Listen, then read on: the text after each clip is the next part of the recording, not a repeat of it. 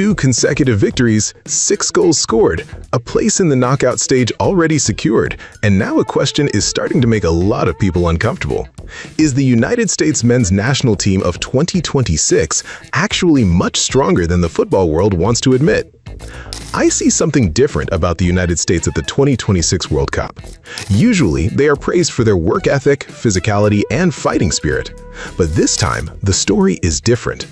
I see a team with a clear playing identity, a world-class manager, mature squad depth, and players who can genuinely decide matches. The United States is no longer arriving as a participant merely making up the numbers. They have come as a team determined to change the way the world views American soccer. In today's video, we're going to discuss the United States' journey at the 2026 World Cup and how far they can go. Let's get started. Mauricio Pochettino has transformed the face of American soccer. If I had to point to the single biggest reason behind the rise of the United States, my answer would be Mauricio Pochettino. For years, America has had talented players, but they often seemed directionless when facing top-level opponents. Under Pochettino, I see something completely different. The United States plays with a much clearer structure, more aggressive pressing, and greater confidence in controlling matches. They are no longer simply waiting for opponents to attack before launching counterattacks.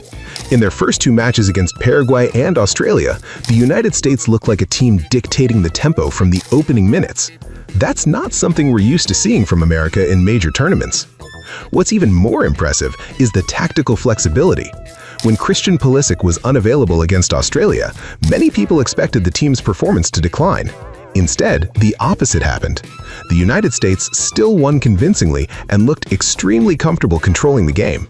To me, that's the sign of a team that has truly evolved. They are no longer dependent on a single player. Pochettino has created a system where every player understands their role. When one player is absent, another steps in without changing the team's identity.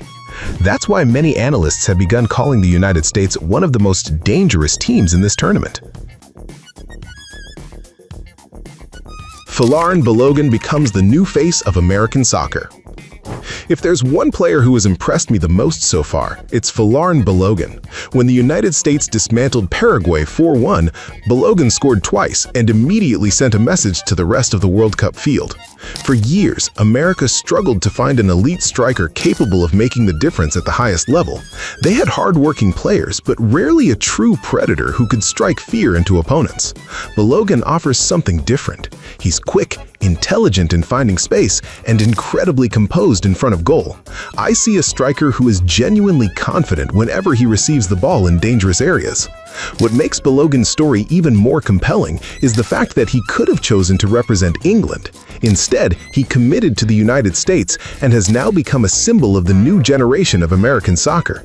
In the first 2 matches, nearly every dangerous American attack involved him in some way. Even when he isn't scoring, his movement causes major problems for opposing defenses. I believe Balogun's presence is one of the main reasons why many people now think the United States can go further than in previous World Cups. They finally have a striker capable of changing a match in a single moment. America's golden generation has finally arrived. For years, I've heard people describe the United States as having a golden generation. The problem was that every time the label appeared, the performances on the pitch never truly justified it. This time, however, I'm beginning to understand why the term has returned. Just look at their squad. They have Christian Pulisic, Tyler Adams, Weston McKennie, Giovanni Reyna, Anthony Robinson, Tim Weah, Ricardo Pepi, and Folarin Balogun. Most of these players either currently play or have played in Europe's elite competitions. Previous American generations simply didn't have that level of experience. What makes me even more convinced is the depth of the squad. When Pulisic was unavailable, Ricardo Pepi stepped up brilliantly. When several players were rotated, the team's quality remained intact. Pepi himself has become one of the tournament's most interesting stories. After missing out on the 2022 World Cup squad and struggling with injuries, he has returned as an important player in Pochettino's system. The United States no longer relies on just 11 starters. They have enough depth to withstand the demands of a long tournament. In my experience following World Cups, teams with this kind of depth are usually the ones that survive into the latter stages. The United States is experiencing the biggest soccer boom in its history. In my opinion, America's performances at the 2026 World Cup didn't happen overnight. This is the result of a process that has been developing for nearly 2 decades. Major League Soccer has grown rapidly. Youth academies have improved significantly. Soccer infrastructure continues to expand. Then came key moments that accelerated that development. More and more American players began moving to Europe at a young age. They were no longer satisfied with being local stars. They wanted to compete at the highest level in the world. As a result, the quality of the national team has improved dramatically. As a co-host of the 2026 World Cup, the United States has also benefited from tremendous momentum. Stadiums are packed, media attention is enormous, and the public is paying attention to soccer like never before. I see a completely different atmosphere compared to a decade ago. Back then, soccer was often viewed as America's second or even third sport. Now that perception is beginning to change. Young fans are growing up with Pulisic, Balogun, and Reina as their idols. If the United States can make a deep run in this tournament, the impact on the development of soccer in the country could be felt for many years to come. How far can the United States go? This is the biggest question I keep hearing. Can the United States actually win the World Cup? Personally, I'm still cautious. Yes, they have been outstanding so far. Yes, they have already secured a place in the knockout stage with victories over Paraguay and Australia, and yes, the path ahead looks promising. But World Cup history teaches us that the knockout rounds are a completely different world. At some point, you have to face teams like Spain, Germany, the Netherlands, or Argentina. That's where the real test begins. That said, I also can't ignore what I've seen on the pitch.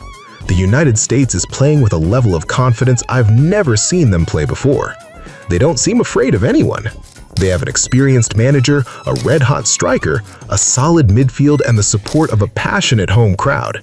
If there's one team capable of becoming the biggest dark horse of this tournament, the United States sits at the very top of my list.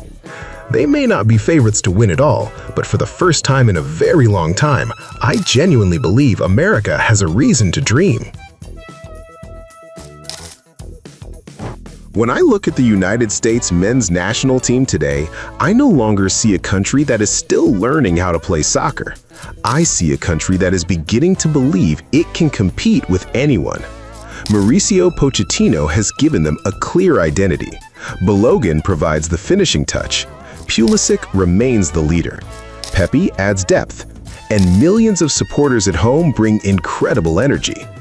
Maybe they won't become world champions. Maybe their journey will eventually end against one of the giants of European or South American football. But one thing I firmly believe, the football world can no longer view the United States as a supporting actor.